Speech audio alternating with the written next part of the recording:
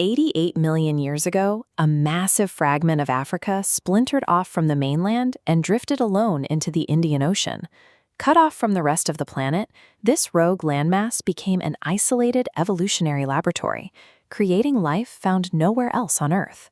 This strangeness peaks in the western region, where the landscape takes on the surreal qualities of a fever dream. Madagascar is a world forgotten by the biological clocks of the mainland, preserving nature's wildest and most bizarre experiments. Along a dusty dirt road stand the Baobabs. Their trunks balloon toward the sky, while their gnarled tops look like roots reaching into the air, appearing as if planted upside down. These wooden giants have been watching over this land for a very long time, with some of the oldest individuals living for well over 1,000 years.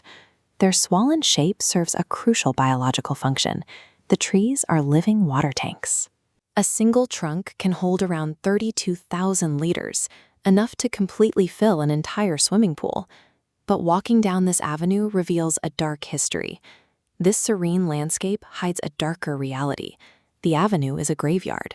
For millions of years, these giants were hidden within a dense tropical forest that once blanketed this entire region. If a vibrant, impenetrable jungle covered this land for millennia, why are these bizarre, upside-down trees the only things left standing today? The arrival of humans less than 2,000 years ago broke the island's long cycle of isolation and changed its trajectory forever. As these new settlers required space for agriculture, they began to systematically clear-cut the dense tropical forests that had stood for millions of years. The surrounding jungle was burned and chopped down, but the early arrivals recognized something spiritual in the Baobabs.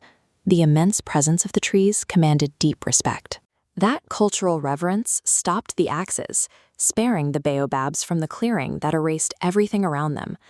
These trees stand today as solitary monuments, the last remaining pillars of an entire ecosystem that humanity wiped from the map. Another ancient piece of Madagascar survived human expansion for a different reason: the Tsingy de Bemaraha, a dense 70-meter-high, impassable labyrinth of razor-sharp limestone pinnacles. The edges of these stone towers are carved by weather into fine points, creating a landscape sharp enough to slice through human skin. While the towering Baobabs survived the arrival of humans through reverence, the Tsingy survived through pure terror. For generations, local villagers refused to enter the stone maze, believing the treacherous rock formations were dangerous and haunted by restless spirits. It was a fortress built by nature, so physically hostile and psychologically intimidating that human agriculture simply could not penetrate its borders. Outside the borders of the stone forest and the shade of the Baobabs, humanity quickly filled the empty spaces left behind by the ancient jungles.